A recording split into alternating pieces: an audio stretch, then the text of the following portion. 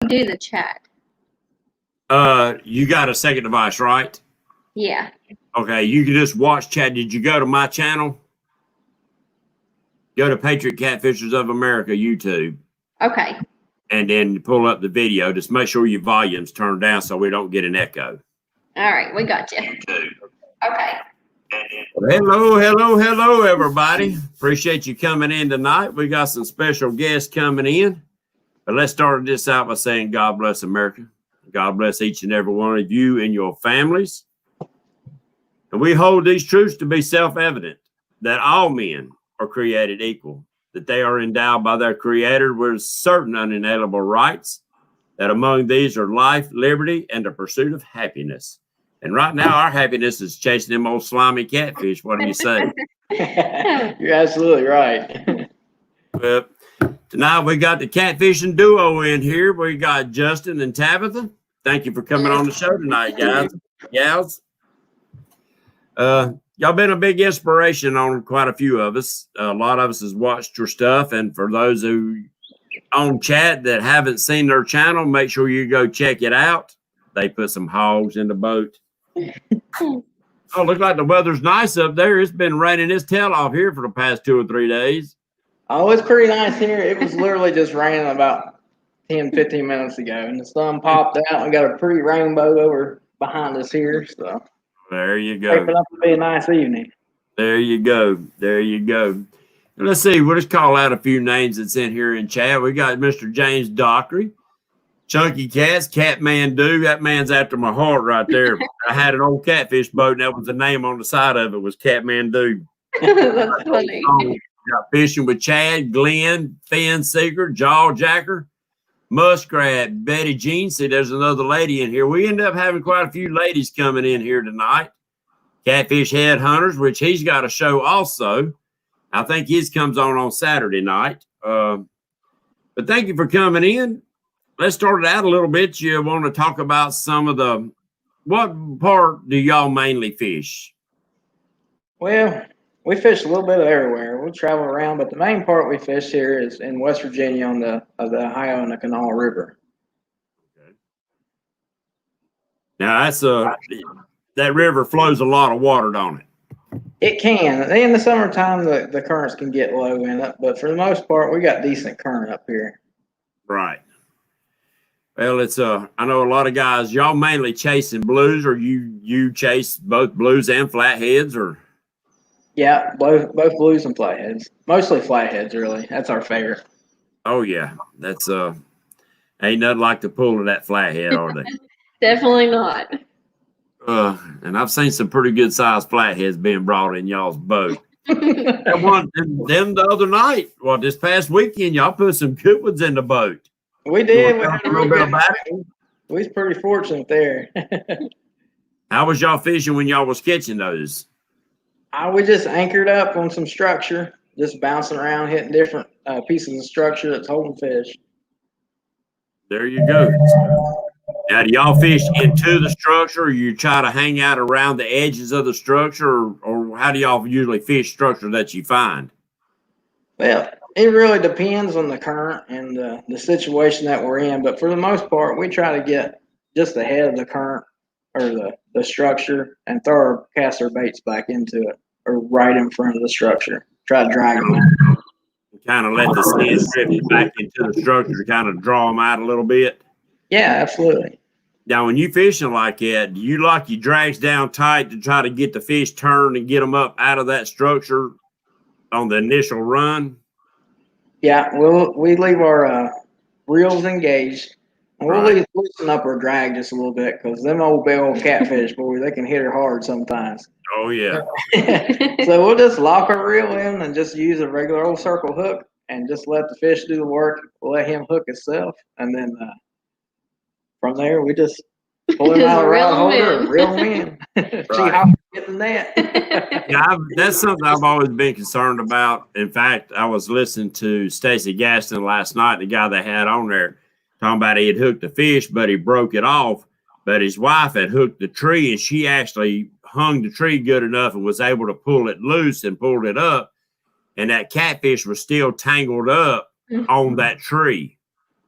Yeah. That's always been my concern about throwing into the brush is a big female getting hooked up and getting hung up and not being able to get loose.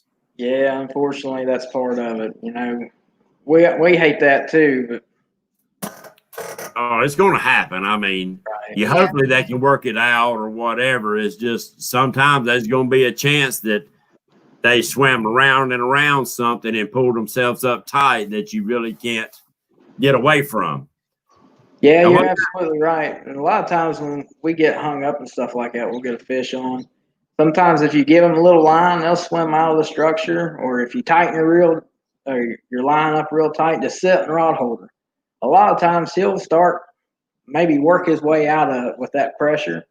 And if that don't work, chase him down with a trolling motor and get right over top of it and just work it and work it and work it. And we do everything in our power to try to get the fish free. Anyway. Oh yeah. That's I like that. We had Larry Moose on last week, and he's talking about getting hung up like that with a fish. And he said a lot of times what he'll do is he'll leave the rod in the stand, and instead of trying to pull that fish up, because the fish is automatically going to want to fight against you. Yeah. He said what he'll do is just leave enough tension on the fish, and then he'll troll away from the structure so the line is deeper. And he said a lot of times you can drag that fish right on out. He'll follow you, and he'll pull, you can feel the weight, but he won't fight you as bad as trying to bring him to the surface.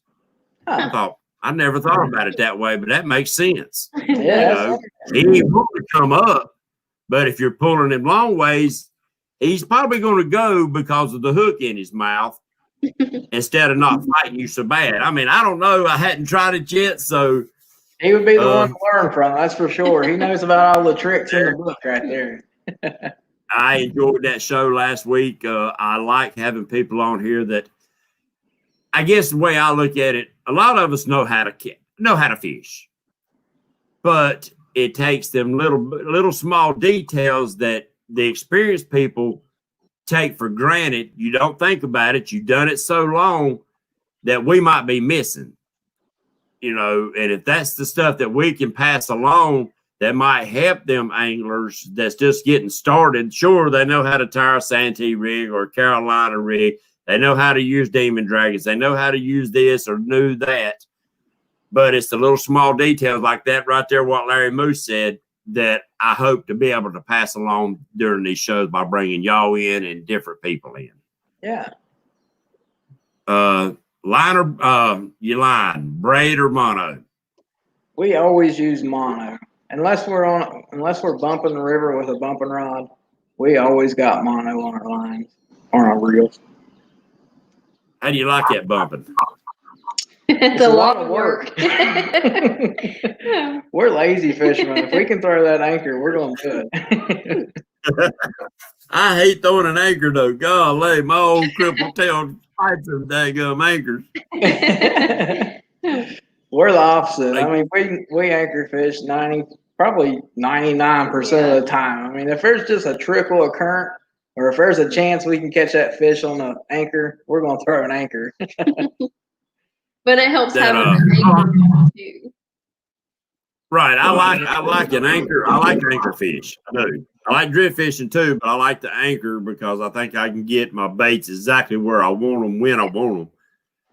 So when I get through with my old pontoon I'm redoing, I'm going to make sure there's a set of remote control anchor pullers on that cotton picking thing. There you go. Let's see. You got a couple of questions. It said, how do they catch those type of fish all the time? What is your secret? A lot of time on the river. Fresh bait, a lot of time on the water. There's times we'll put the boat in the water and won't come out for 3 or 4 days at a time. That's what I told my buddy Wampus Cat. I said, they'll go camp out there on that cotton picking boat, and I love it. You got that right. Muskrat Adventures said, what do y'all guys do differently after the spawn to target the flatheads? We start using a lot of bigger live bait after the spawn. We'll still fish pretty much the same way. In the heat of the summer, the fish tend to go a little bit deeper here. We'll just find some deeper structure. And in the summertime, our currents get low in the river. So we'll do a lot of live bait at that time. When the currents get low, we'll start flathead fishing with a lot of live bait versus the spring and the fall when we got decent current, we use a lot of cut bait. Right. And that's it, like the local lake that I fish down here, that's mainly what we catch our flatheads on is cut bait. Yeah. But usually, like you said, after the spawn, you'll start picking up a few more on the live brim or your live bait. We got, y'all have white perch in y'all's waters?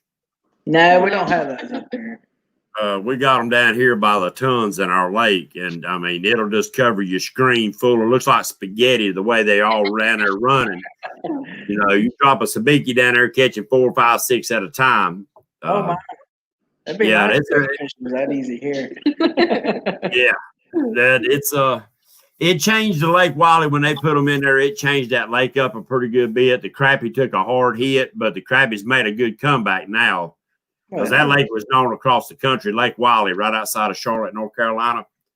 It was known across the country for the crappie, and then they put them white perch in there. And I think that Lake Wiley was never stocked with blues and flatheads. Mm-hmm. So the fishermen introduced these fish into them waters because it's split between North Carolina and South Carolina. And, them two states have been battling for 200 years. So they couldn't get together and stock them in the lake. But all of a sudden, we've had a bloom of big cats showing up in Lake Wiley. And we think it's because, it's always had a lot of bait fish, shad, gizzards, and treadfin. But I think by adding that much more food, the catfish just took off. Oh, I'm sure. Yeah. So that's good for you guys. What kind of rod and reels y'all using? We use Big Cat Fever medium heavy rods with pin fathoms. Okay. I've always liked a pin. I hadn't had any of the new pins. I hadn't seen any of them, but I'd like to check them out. I've heard a lot of good by them. Yeah, we have 10 of the original pin fathom 25 level ones, and we just now got 3 of the new pins, and we haven't tried them out yet.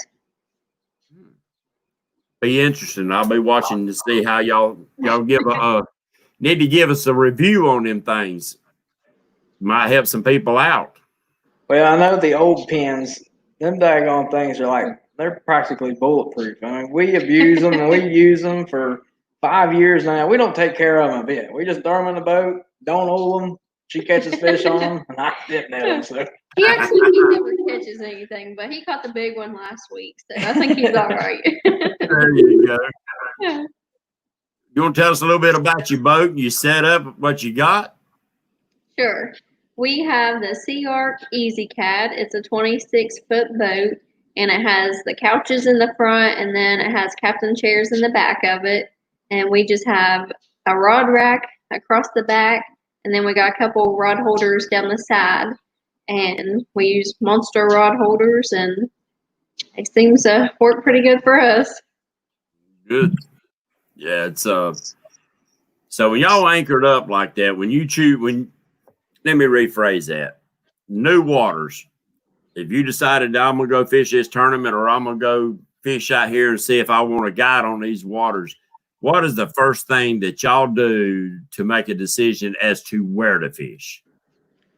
Well, we'll start looking at our Navionics charts on our fish finders. We'll look at lake maps to kind of give us an idea. We'll look for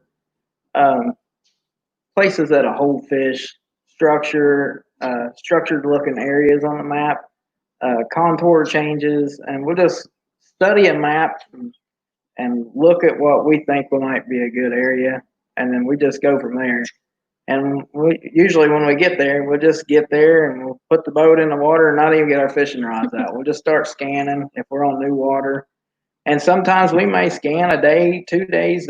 Our first time we went to Wheeler Lake, we scanned 3 entire days and didn't drop a bait in the water. Just day and night, we scanned practically the whole 3/4 of the lake, the upper part of the lake section of Wheeler Lake. And that's just how we do it. When we get our mindset, we just take off and see what we can find. That's what you call doing your homework. Somebody wants to know how y'all get along so good for that long a time on the boat together. Well, usually we're too busy catching fish, so we try not to argue too much about that. Oh, good comeback. Good comeback with that one. Oh, now do y'all do any drift fishing? Yeah, we do a lot of drift fishing. Not a lot, but like in the summertime when the currents and stuff get low, we do a lot. And Right. when we go to lakes and stuff, we'll drift fish. Right. It's so you pull planer boards and all when you do that? Yeah. That's the ticket when you pulling baits for catfish. I know there's quite a few things that's coming to the catfish world that's actually made some big changes. Planer boards, the circle hooks, Mm-hmm. and maybe even the demon dragons, the rattling demon dragons. Do y'all use them? Yeah, we have. We use about a little bit of everything that comes out in the market. We're always up for trying new stuff. So we use the rattles. We do use the demon dragons. A lot of floats and Right. a little everything. Right. I mean, in y'all's opinion, do you think the noise actually helps, or do you think it really makes that much of a difference? The rattling. For dragging, I think it really helps. When we're dragging baits and stuff, we usually notice a difference in the baits with rattles versus not rattles. Sometimes in the river, when we're using live bait, we'll put them little line rattles on live bait. He'll sit there and rattle it, and man, usually they don't last no time up here. Dang right. That's a good information to know. And I've always, when I first got into it again, and I found them line rattles and stuff, I thought, that's a killer. That's before I seen the demon dragons or anything like that. And I thought, and that's one of the first things I ordered was circle hooks and the line rattles. I thought, that's got to draw some attention. Now, I've had some people say, well, they don't think it's so much that it draws the attention as that it actually makes the fish want to grab hold of that bait harder. Like when he hits it and he starts hearing that rattling right next to his head, or feels it, what he's doing, he's feeling it, that it makes him clamp and want to run away like something's trying to get his bait. I mean, I don't know. Yeah, you're absolutely right. We don't know. We think it's from the vibration from it. Think it's like ringing a dinner bell. But there you go. And I like the idea of using it with live bait because that live bait's down there shaking the whole time anyway. Oh, yeah. We use them with our live bait all the time. And it seems like, man, I think it really does make a difference, especially when you're using live bait. Kind of look and see if we have any questions. Now, what kind of mono y'all using? We use 50-pound slime line. Slime line? Yeah. And we've used it ever since it came out, and we absolutely love it. And that is some tough line to break. Oh, yeah. Well, 50-pound test, I'm sure it is. That'll pull your boat around. I like the Andy line. I've been using the Andy line, and it's tough itself. I think the reason I like the Andy because it's got a breaking point right about where they say the poundage is. Mm-hmm. Yeah. So you already know in your mind that, this is going to break at that. Plus, it don't have a lot of memory. Yeah. I've never used slime line. Does it have a lot of memory to it? It don't seem to.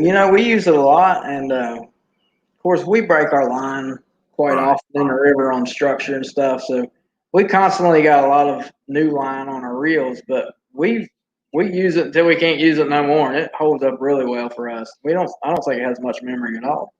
Right.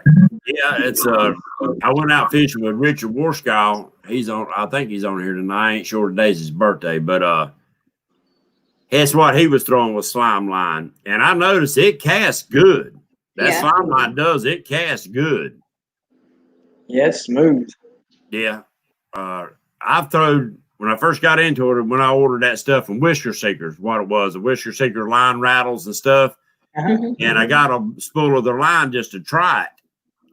That line's like slime line. It casts like silk, man, and don't have much memory and stuff. So the only thing I didn't really like about it was the amount of stretch that was in those two lines.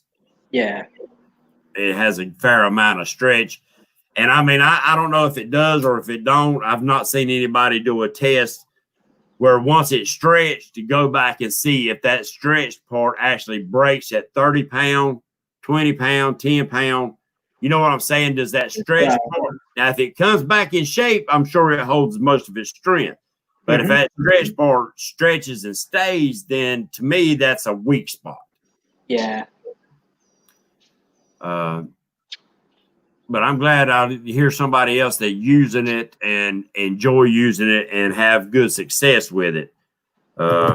Because I use the blue Andy, but I'm looking for a brighter line on some of my other reels. My 2 Burke rods, these are 2 custom James Burke rods. I'll always throw blue line on them. They're red, white, and blue rod and reels, and I always throw blue line. But the rest of them, that blue line you can't see. Even during the daylight, you can't see that. You know, I like to do a lot of free lining. Do y'all free line your baits any? Not really, unless we got a really big piece of bait and we're throwing a double hook rig. We'll throw it out there with no weight or anything. But for the most part, we're usually down close to the bottom.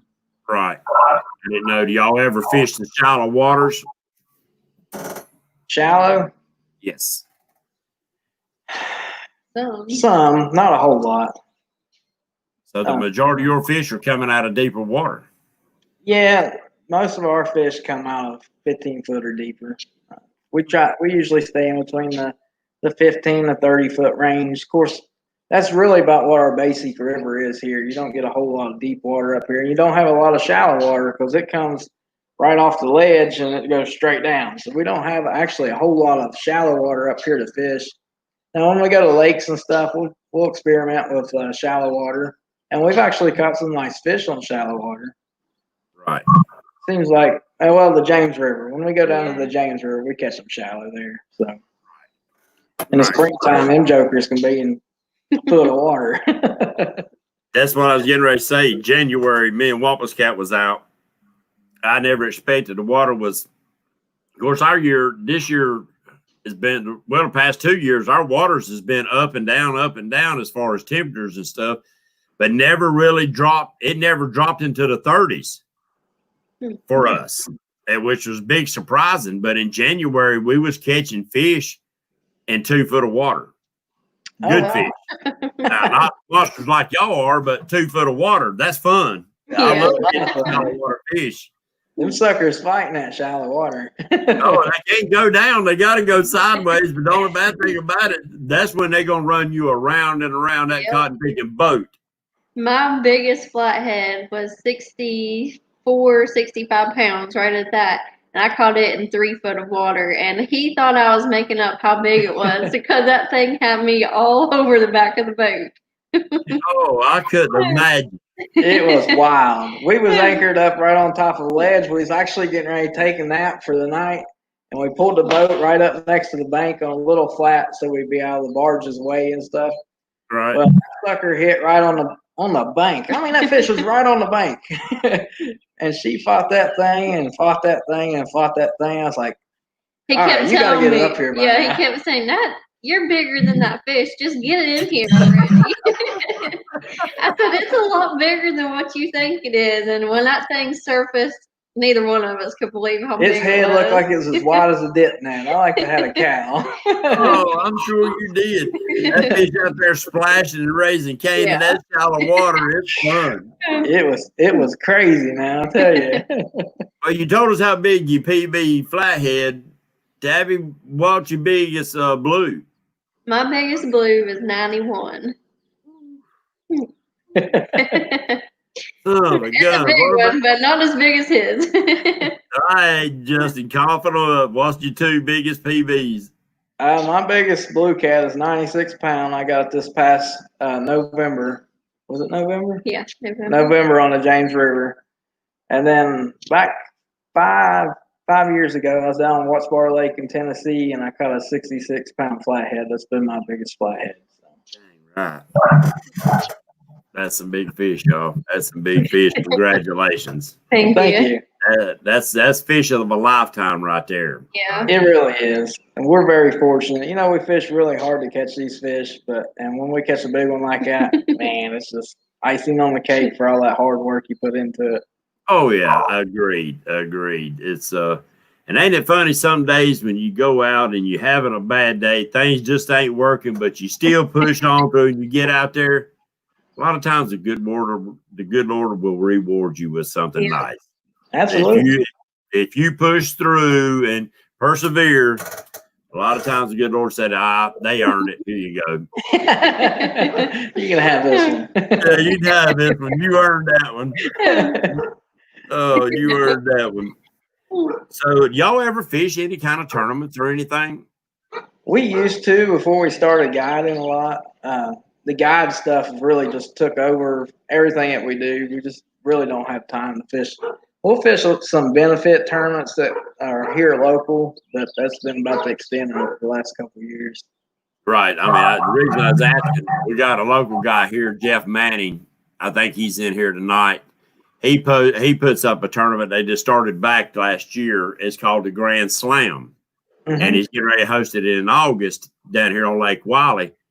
And what's wild is you got to have a channel, a flathead, and a blue to get the grand prize. That's and that is a fun tournament because you don't have to come in with two huge fish, and a guy might have a 5-pound blue, a 10-pound flathead, and a 2-pound channel and win it all. That's pretty neat. I like that idea. Yeah, changes everything up, don't it? Yeah, it's fun. You know, a lot of them come in and don't even get to see a channel cat. They ain't get to fishing for them. Oh, goodness. Yeah, so that's going to be a fun one. But now next April, I will be hosting another YouTube tournament. As long as we don't have another breakout of COVID. But it's for YouTubers only. Anybody that's got YouTube channels, which y'all do, I invite you to come fish with us. Last year, we had 33 YouTubers from all over the country show up. Really surprised me. I didn't expect that. We was able to raise $1,800 for the Military Honor Guard. That's who the money goes to. I mean, all we do is give away some trophies, but now we do have some good prizes for this upcoming tournament. That's great. Big Cat Fever, he donated 2 rods for it with the sleeves on them. Chris Flores donated 2 rods. Got 2 more rods. James Birch got a custom rod down at the house. Got all kind of good stuff coming up for next year. So look at your schedule and see if y'all might make it down here. I know it ain't that far a drive for y'all. No, it ain't too far. So come on down and join us. It's fun. It's the camaraderie. A lot of guys, we done it in January last year, and we like to froze our tail off. It was spitting snow, sleeting, freezing rain. I bet. A lot of people didn't catch fish. Now we did. There was 2 49-pounders weighed in. The first and second place was within ounces of each other. That's awesome. Yeah, so they had a lot of fun, but the main thing was the camaraderie, getting to put names with faces and shake hands with each other that they've been just talking with each other through YouTube. They loved it. They loved it. So I hate we had to shut it down this year. So, y'all would have fun. I promise you. With that being said, let's see, what time is it? Oh, it's 8:30. What do you say we give away a set of these bobbers that I make? I try to give away a set. How many we got in here tonight? 44? That's close enough to 50. I can't believe we ain't got 50 people in here.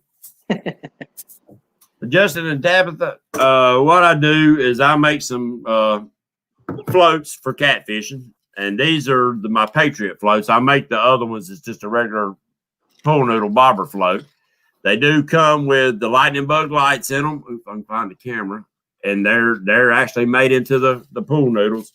You will not destroy these things. So the red, white, and blue ones take me so long to make that I decided not to try to sell them because I'd have to ask a little bit more than I do the regular bobbers. So I do these as a giveaway on the show. Well, that's nice. All righty. Let's do a spin here and see who we're going to get. That would be Ken Kennemer. Ken Kennemer. My friend, get a hold of me through Messenger, Facebook, and you might even have my telephone number. Give me a call, and we'll set you up with a set of the Patriot Cat floats. Appreciate you coming in and supporting the show, my friend. All right, Tabby, I want to get you on the show one night. I hope you got a couple girlfriends that might catfish too, that I'd like to bring y'all in one night. I've been pushing. I told Justin I've been pushing and trying to help get the ladies' names out there. Y'all are really bringing other women into the catfishing world. And I think having y'all's name out there, showing them what can be done, because you put some pigs in the boat, that it might bring more people, more ladies into the fishing sport. So would you be interested in doing a show? Sure. Okay. I had Paula Smith in here one night, and I had Ann White in here one night. They all put fish in the boat. Oh, Paula put some good size fish in the boat too. And she ain't no size. So. But now, when you decide to go to lake fishing, say y'all went to Wheeler, does that take you a little bit out of your comfort zone because you mainly fish rivers, or do you fish lakes enough? Yeah, we're definitely out of our comfort zone. And we try to challenge ourselves too. We go down there on purpose just to try and learn new stuff every time we go. There's some big old fish in that lake, and boy, if you can learn it, you can have some good times on the water. Yes. I remember watching one of your videos, and I'm thinking that y'all actually had people out there you was guiding with, and y'all was putting pig after pig after pig in the boat. These guys was beside themselves talking about, my arms are burning, and y'all was just, hey, you got another one over here? Go get it. That poor boy said, I gotta sit down. That was a good time. It'd have to be. It would have to be to see the smiles on somebody else's face, knowing that you made that for them. You made that happen for them. That makes it all worthwhile for us. You know, we've caught a lot of nice fish over the years, but anymore, it's the enjoyment of watching everybody else catch that fish they always dreamed about. And that's why we enjoy guiding so much. We get to take a lot of kids, a lot of new people coming into the sport. They can only dream of catching some of the fish that we've been blessed to be able to catch over the years. And it feels great to be able to give these people an opportunity to catch the fish that we catch. I'm gonna ask you a question, and I don't mean to stir nothing up or whatever. Have you ever had a problem with somebody, say, take a guide trip out with you just to find out where y'all fishing? Yeah, that happens from time to time. That is what it is. That's part of it. So. Right. And I mean, what they don't realize, especially like blues move. Yeah. Right. You might get a blue cat right here one day, and the next day he might be 20 miles down the river. So. What was that one out there on the Mississippi? They said it was like they tracked it for like 218 miles that fish had traveled in a year's time. Oh, wow. That's unbelievable. Yeah. Wow. I would have never thought it. I mean, I'm going to ask you a question. Do you think that the flathead catfish themselves are more homebodies? Yeah. Absolutely. You can catch a flathead in the spring. Well, I'm not really going to say in the spring because they will travel a little bit in the spring pre-spawn. Right.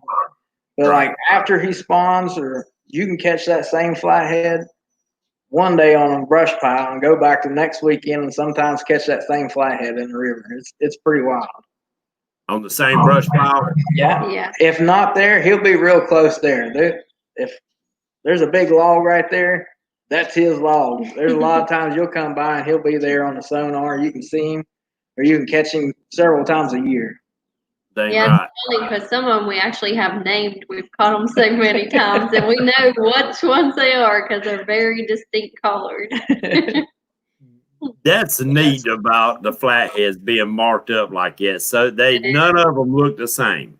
None of them. Like a snowflake. None of them look the same. Yeah, they're pretty wild. We got some that's bright yellow, and it's just crazy, just the different colors that they are. I haven't caught any of that real bright yellow yet. Oh, I've seen really? a lot of them on videos and pictures and stuff. I haven't caught any of that bright yellow yet. Oh, they're pretty cool looking. That's almost a mustard yellow to them, ain't it? Yeah.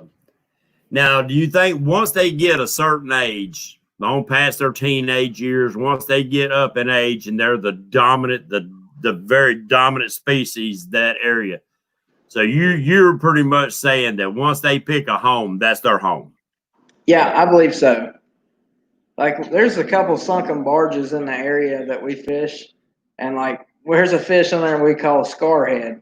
And I know we've caught this fish for 7 years straight. We keep a notebook, the guy's information on it, and we caught that fish for 7 years in a row. And I remember one time this fish was caught by somebody else in a Cabela's tournament.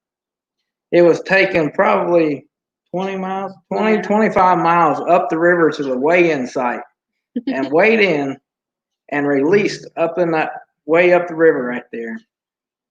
What was it, 3 weeks later? Yeah. 3 weeks later, we caught that same fish back on that same barge all the way down the river. Now, that's crazy. No one believes me, but that's the honest truth. Oh, I believe you. I believe you. I mean, that's his home. He got snatched out of his home. He wanted to go back. Me and her's like, how's that fish know to get all the way back home? But buddy, he sure does. Well, if you think about it, in his youth, he might have been born down there next to where he was released at. Yeah. And he's worked his way back up through there. And once he found his home, he pretty much knew how to get back to it. I mean, you don't know. I mean, that's right. Right before spawn, have y'all ever found any spots like Dieter Melhorn? He's in here tonight. He's marked some spots on Lake Wiley it looks like deep beds. It's in deep water. They're watered out holes. They're bigger than what you'd see for brim. Of course, brim is shallow when they're breeding and spawning. But do you ever come across any spots like that out in the river where it looks like a bedding area for a bigger fish? Not that I can recall. Yeah, I was wondering because he's marked a couple spots like that, and it was in pretty deep water. And I always think shallow water for spawn, but there's really not that much information on catfish as far as the spawn. Right. In that situation, I really don't know. I'd like to know. We got a lot of structure in our river, and I think the catfish will spawn anywhere they can get out of the current a little bit. If it's deep water, shallow water, I don't think the water depth really matters as much as maybe the current speed and stuff does. Right. Because when the flatheads start to spawn, we'll catch a lot of our flatheads in slacker water, like days before they go to spawn. Right. Okay. That's some good information. And now you mark in spots, like you said, y'all keep a log on things. Mm-hmm. Do you mark in spots and say, all right, next year, right before spawn, I know to come back to this area to set up here. This is what bait I use. This is what setup I'm going to do and all that. Put your GPS coordinates. Is that something that y'all do? Yes, absolutely. And you'll be surprised at how good keeping a notebook. There's been several times a notebook has saved our tail when we was out fishing and couldn't come up with no fish, and Tabby would go back through our notebook and see what we done the year before and get the water temperatures about close and the current speed about close, and we go hit them spots, and you would really be surprised that you can come up with fish time and time again, year after year in the same areas. Dang right. That's one thing I think Dieter's really hounded on people is to keep notes, keep logs and stuff like that, because you're right. It might come down to that day where you're just having a bad day and you say, man, I just can't get the fish. And then, like you said, Tabitha pulled that book out, boom, boom, boom. And then it changed. There you go. What size motor y'all run on that big boat? It's got a 300 Suzuki on it. It moves that 26 on down the water. I'd have Yeah. to It does. Now y'all have a pretty good size enclosed cabin on that thing because y'all just camp out all weekend or something on there. So you got to have plenty of area to get out of the weather. Oh yeah, the whole entire boat is fully enclosed and it has like the zipper windows with the screens in it, so it keeps all the bugs out. It's pretty nice. It's really a Cadillac. I'd have to say I've watched your videos. I thought that's a long boat. I didn't know how long it was, but that is a long boat. And I seen it with your cabin popped up and y'all fishing during the wintertime. I thought that's the ticket right there. That is the ticket. It spools you real quick too. That's for sure. Oh, I'm sure it does. Now, I've heard some people say that the sea arcs set pretty low in the back. Do y'all have any trouble with rougher water, with water coming up over the back of that boat? No, not at all. They got a splash pan on the back of them, so even if water comes up over the back, it'll flow right back out. Right. Yeah, I mean, I just wondering. I know I've heard some people say that they set a little low in the back, but I've never owned one, so I couldn't say yay or nay. That's why I asked somebody that has one. So that's a sturdy boat. That's pretty wide. What, about 8 foot wide inside? Mm-hmm. 96 inches. Yeah, I was trying to think how much it was. Yeah, that's as wide as my pontoon boat. Right. Now, what bait are y'all usually throwing out there? What do you fish say? Let's say when you start in the spring and you start chasing the cats, spring cats, what baits are y'all throwing? We use shad pretty much all year round. That's our go-to bait. Sometimes they can be hard to catch, but shad is our primary bait. We'll throw some skipjack and some moon eye and a couple bluegills here and there, but shad is usually what we use the most of. Yeah, them gizzards can be tough to find sometimes, can't they? Feels like some days all we do is throw the cast net. And that make your muscles sore in your shoulders and back, don't it? It just makes catching them big catfish whenever you finally do that much better. Like I said, you earned it. You earned it, big fish. Now, do y'all fish many of the live gizzards, the big live gizzards? Yeah. Sometimes. Mm-hmm. Yeah, Now, like I said, it all has to do really with water current for us. If we Right. got a low, slow current, we'll throw a lot of live bait. But if we got decent current, 0.7 or above, 1 mile an hour or so, we're always practically using cut bait all the time. Got you. Do you think that a man can actually throw too big of baits for catfish? I used to think so until we went down to Wheeler, and I told Justin just jokingly, I said, let's just throw an entire 3-pound skipjack with 2 hooks in it. I said, let's just see. And I just could not believe how fast the big flatheads would just wolf that thing down. I couldn't imagine. That's a big chunk of bait. Yeah. We've caught flatheads and put them in our live well before, and they seriously puke up an 8 or 10 pound carp. If it'll fit in their mouth, they'll eat it. I don't care what it is. The reason I said that is because I just seen another video the other day where 2 flatheads, I guess they was going after the same bait or they was going after each other. I don't know. But the small one had opened his mouth before the big one did. And he had the big one in his mouth, and neither one of them could swallow, and they were swimming back and forth, fighting against each other. And I thought, Crazy. It don't matter. If it swims by and they're hungry, they're going to try to eat it. They'll eat it, that's for sure. So if it'll fit in that mouth, they'll eat it. So with that being said, do you think, I hear times where people say, well, them fish just turned off. They don't bite right now. They just turned off. Do you think that there's truth to that, or do you think that the fish actually move out of the area that they're fishing? Sometimes I think they do turn off, especially like we'll be fishing, and if they start dropping the water real fast, I feel like that really, like it just, I don't know, they just quit biting some days. Don't matter if you throw big or small baits or change up your depth. Some days they're just really hard to catch. Yeah, I think it's more condition driven than anything than just them not feeding. I think there's a lot of that goes into why they done that. Now, I mean, you're using shad for blues and flatheads both. It's Yeah. So y'all's biggest fish, is that what they come on, shad? Your flathead was on skipjack. Yeah, mine was on skipjack, but yours was Mine on was shad. on gizzard shad, yeah. Right. So I mean, y'all on the East Coast, so really there ain't a whole lot of difference. And I mean, you're a little bit further north, so I don't know what y'all's water temperature's running right now. About 75.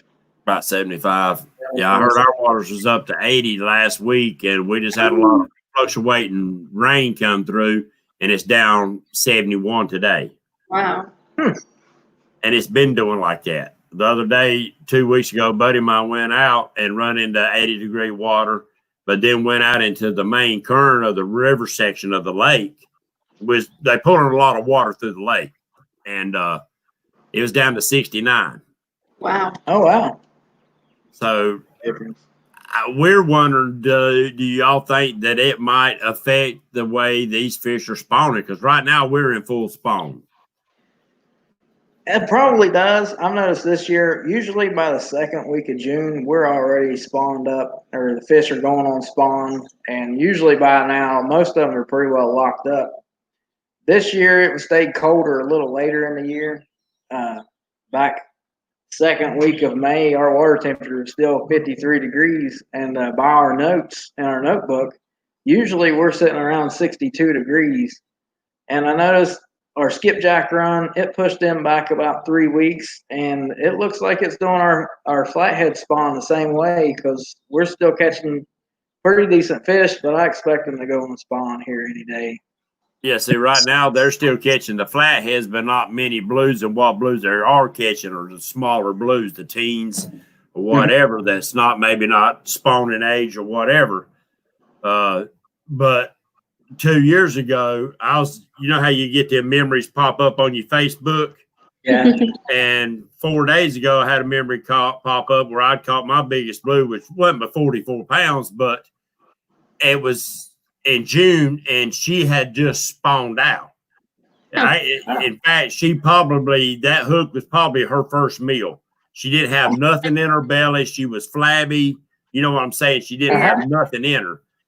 And I thought, I'd love to catch that fish before the spawn and see what it weighed. But that's what I'm saying. So that was June 5th, June 6th, and she was already through spawning. They're just now going into spawn this year. So like you said, it's pushed it back. I think so too, yeah. That's my thoughts on it anyway. So I wonder what it's going to do to our fall bite. I don't know. It may mess with it. It depends on how hot it gets, I guess, this summer. Right, right. So which is your favorite season? Spring for me. Yeah, definitely spring. Catch them end of April, all through May is absolutely. Usually, anywhere you go in the country, the fishing is awesome pre-spawn. But I mean, I hear everybody say, well, I can't wait to that fall bite. I guess they're loading up for winter time too. Mm-hmm. Yeah. Now up there in y'all's water, y'all can fish year round too, can't you? Yeah, we can. Our flatheads about November, usually by Thanksgiving, they go dormant, and we don't catch none of them. If the water temperatures stay in around 50 for a decent while, we've actually caught them all winter long before, but they're real lethargic. They don't fight very hard. Right. You don't even know they're on there. When you go to reel, there's a fish on there. So. Yeah. But in around Thanksgiving time, our flatheads and stuff are usually about done, and then our blue cats really start picking up. And we have some of the best blue cat fishing all winter long. That's our favorite time, really, to go blue cat fishing. Yeah, yeah. You can use that. That's when I noticed. Yeah, you see some bigger fish caught in the spring and in the fall and in the summer, but you start seeing more of the big fish being caught during the wintertime. Yeah. I You're think. right. I mean, that's I just agree. my opinion on it. But now, how many big old stripers y'all catch up there in them waters while you out catfishing? Not a whole lot, surprisingly. You think you'd catch more than what we do, but we really don't catch a whole lot. We catch quite a bit of hybrids, but as far as stripers go, it's not too many of them. Yeah, we got some hybrids around here in the lake. We actually got a little small lake. It's a waterwork lake, and they stock the hybrids in there. But them guys go up there and fish for them hybrids using chicken livers. Really? They'll wire a chicken liver out. Wow. We'll have Yes. to try that. Yeah.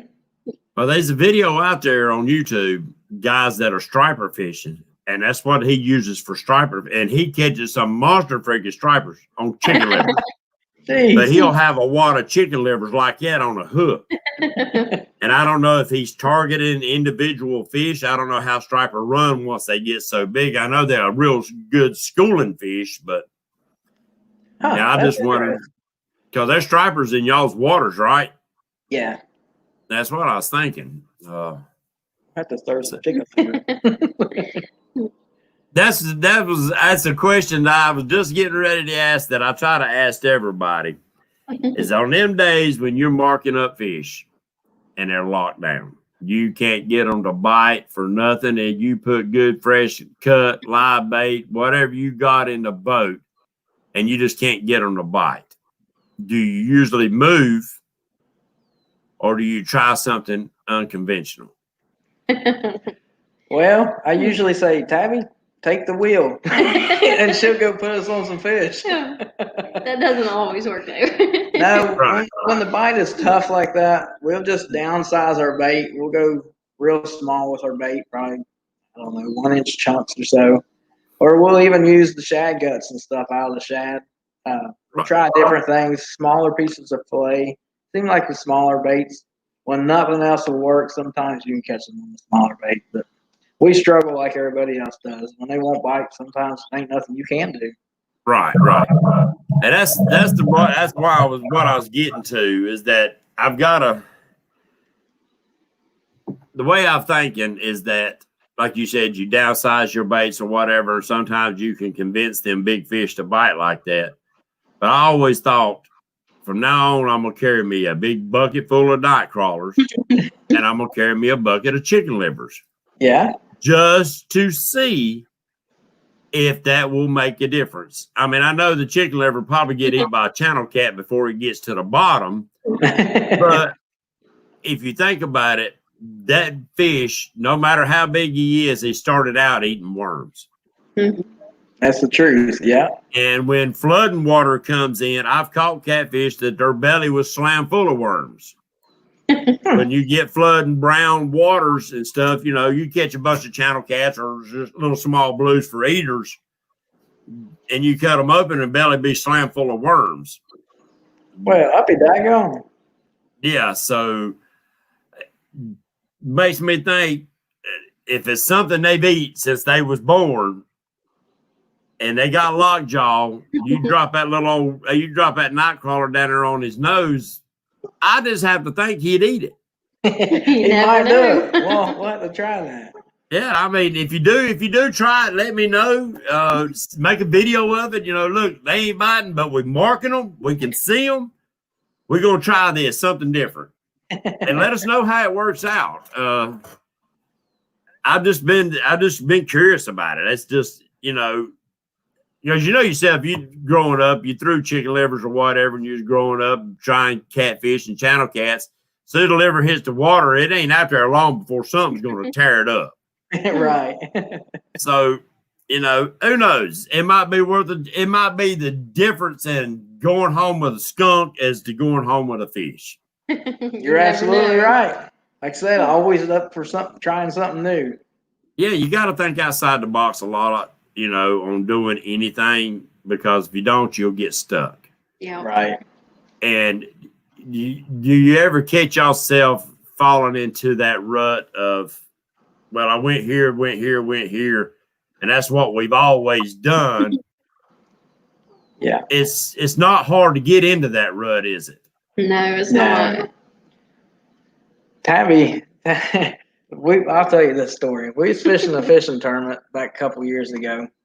It was a benefit tournament, and we was fishing big pieces of structure. The fish had been on good structure all week during our pre-fishing. And we was fishing, and we was fishing, and we was fishing, and boy, we wasn't doing no good. And it was like noon. It was late, wasn't it? Probably 1 or 2 o'clock in the afternoon, and the weigh-in's after 3. So we're out there fishing, and everything I'm doing, nothing is working. Nothing I could do. I couldn't come up with no fish at all. And we went over this little piece of structure in the river. It looked like it was this big on the sonar. Terry said, "Let's fish that." I said, "There ain't no way I'm going to fish that." I said, "We're just wasting our time." And she said, "Let's just try it." I said, "You know what? We ain't got nothing to lose. Let's just try it." So we went up there and we dropped an anchor. And I promise you, it wasn't 30 seconds, and Tabby caught a 44-pound flathead off a little old stick in the river, and then turned right around and caught a 37, and we ended up winning that tournament with probably half hour to go. Dang right, that's what I'm talking about. She has bailed me out so many times. She knows her stuff when it comes to fishing. There's been a lot of times I couldn't get out there and catch fish. I'm like, "Here, you take care of the boat," and she'll put some fish in the boat. I'm here to tell you. He wants to fish big stuff, and sometimes I'll pick like little tiny structures and stuff, and sometimes that pays off, and sometimes it don't. I mean, it's different every time you go out, though. But that's where, when you done that, I'm sure that y'all made a log as to what the conditions was that day, the water conditions and all. So if y'all come back into that situation, you know this is what I need to do in the future. Right, yeah. Go figure. You ever catch them off of boat docks and stuff like that? Yeah. Yeah, we have. The reason I asked, I got a buddy, he's always been a big outdoorsman, and he just got into bass fishing. Mm-hmm. And about a month and a half ago, he was sending me pictures of big blues that he was catching on his bass rod and reels, skipping worms up and underneath docks. Them big blues was hammering. He was throwing them big 10-inch rubber worms, and them big blues was hammering his dadgum bass. Now, he wasn't complaining. He loves catching them too, you know. He said, just a pull. I love the pull. He said, that on 12-pound line and a light rod, that's a fight. Absolutely. One of Tabby's bigger blue cats actually come off of a boat dock back about 2 years ago. We was on the James River and we was fishing a shallow boathouse, and she caught an 85. How big was it? 87, I think. 87-pound blue cat off some pilings off of a boat dock. And that's all there was, just a boat dock. Dang right. And that was a blue? Yeah. Yeah. Dang right. I wonder if blues do about like a flathead once they get a certain age. Do they find them some home waters, or do they still roam like blues do? I think they still roam. I mean, just from our experience from fishing different areas, you can be fishing a tournament and have everything patterned pre-fishing, and mark them fish on a sonar for 2 or 3 days in a row, and go back the very next day and it be like a desert, not a fish nowhere. So I think the blue cats are constantly moving. I think they'll hang out in the same areas, but I think they move a lot. There's been a Lake Wiley catfish, a blue, that was tagged. It's either tagged by JR Richard or Dieter or Jeff Manning. But all three has caught this fish. It was tagged. One of them's tagged. I can't remember who it was. But every year, within a week, within 50 yards, that fish has been caught the next year. And then the next year. Yeah, so I don't know if it's because that fish, and it was let go. We know once, maybe twice, it was let go way down the lake when they done the weigh-in. And that fish has moved back, but that's not to say that they there that same time every year. If that fish is migrating, chasing bait, or migrating up the lake to go spawn, I'm sure that I think where they're talking about that, I don't know the exact location. I know pretty close to where they was at. there's an intersection of a big river coming into the main lake. So that intersection right there is pretty much where they caught that fish. Wow, that's interesting. Wonder if it's in the spring of the year when they start to run up in the tributaries and spawn. Well, Wiley's funny. It was always a river until it was dammed up to make a lake, and they generate power off of this lake. So we really don't have no current until they turn the wheels on to make power. With that being said, for the past 2 years, we've had so much rain on the East Coast. Of course, y'all know that too. Yeah. That lake last year for about 4 months had current every day. Huh. And I'm sure them old fat lazy catfish sitting down there said, "Man, I need a break. Y'all killing me. I ain't used to all this current." But, so, and I thought, I don't know how to bump. I'm a lake fisherman. But during that time, if you go up Lake Wiley, it gets a lot narrower till it really turns into a river section. I always thought, right now, during all this current, be a good time to learn how to bump. Yeah, absolutely. Sure would. So, do you think that you chase your spawning fish and your cats say, where you go, you're going to catch the shad? Do you ever fish in that vicinity that you're catching bait, or do you usually move to somewhere different? Where we catch our bait is a totally different area from where we really fish at. Where we catch our bait at is up in the backwaters and coves, and it's about 2 or 3 foot deep. Now, like I said a while ago, I'm not really a shallow water fisherman. If I see 10 foot on a sonar, I spaz out and I get out of there and look for something about 20, 30 foot deep. But for the most part, we'll fish bait in the river.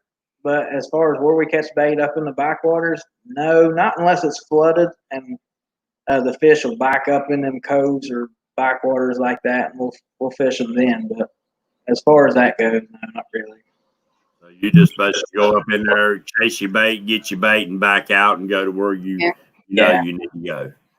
Somebody asked, and Muskrat wants to know, when do y'all think that the shad actually spawn? I think they'll spawn 2 or 3 times a year. Now, I don't know that for sure, but in the fall, we'll have a big hatch. I think they'll spawn sometimes in the spring. We'll go up in the backwaters, and there's a couple weeks in the springtime where we catch these big old jumbo shad, and they're pulling full of eggs. As far as that, I really don't know, to be honest with you. Right. Yeah, and I'm going to ask you just a couple more questions, and I'll let y'all get out of here. It is after 9 o'clock. Now, do you think, and I asked everybody, because I've been pondering on how this goes. Do you think the flatheads, since you love chasing the flatheads, and probably blues also, do you think that they actually start feeding on what is spawning? Otherwise, when the crappie go to the beds, you think that crappie might be your better bait? To see here in North Carolina, we can use crappie as bait as long as we catch it with, hook and line and kind of part of our creel. We can use any game fish. Do you think that is possible, that they focus? Yeah, you'll catch them on anything really if you put it on their face. But during that time of year when the fish are spawning, and I'm sure there's a lot of new scents in the water from the spawn and stuff like that, do you think that the flatheads are focusing up the shallow water, running them crappie or brim or largemouth or whatever? Largemouth's my favorite bait. I'll throw a spotted bass or largemouth bass in a heartbeat. It hurts some people's feelings, but hey.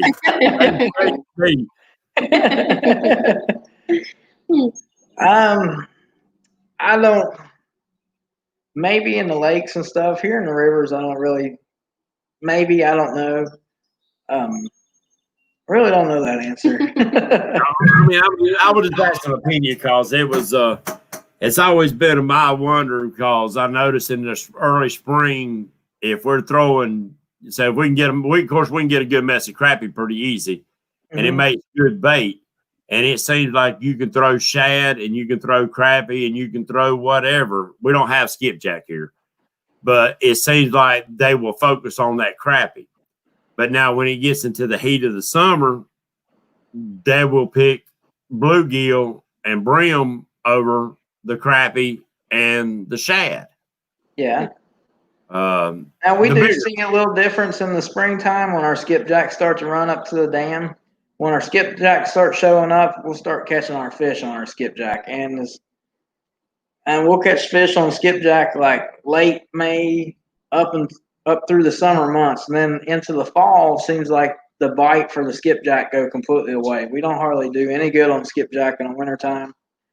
In the summertime, we do really, really well on moon eye. They seem to tend to slack off of the shad and really start focusing in on the moon eye. And that may be because that's when they're spawning and stuff too. I don't know that, but it seems like August and September, boy, if you got a moon eye in the water, you're going to catch a fish.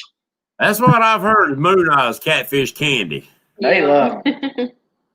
So we don't have moon eye around here either. But now we do have white perch, and we got a lot of guys that's what they use year round is that white perch, because it is probably per tonnage the largest amount of food in the waters for the catfish. So that's what they use year round. Well, I always just wondered if, they'll hit it, but would you more likely draw in that bigger fish by using that fish that's spawning or whatever? That was just a question I have, and I try to ask each and everybody just to try to get some opinions on that to add it to my notes on how I might want to go catch a few fish. Well, Justin and Tabitha, don't want to keep you up too long. I do appreciate y'all coming into the show. It was a great show, I think. And everybody, please go check out the Catfishing Duo. Subscribe up. Check out their channel. Plus, subscribe to each other. We got a lot of people in chat. Got some new faces. Share the love. Share the bait. With that being said, God bless y'all, Justin and Tabitha. Thank you for coming in. Thanks for having us. Thank you. Think about a show, Tabitha. I'll give y'all a holler and bring you in. Let's say in a couple of weeks, I'll give you a call and see if we can't set something up. All righty. All right. God bless y'all. God bless America, everybody. Stay safe. Get out on the water, and we'll see y'all there. Take care. See ya.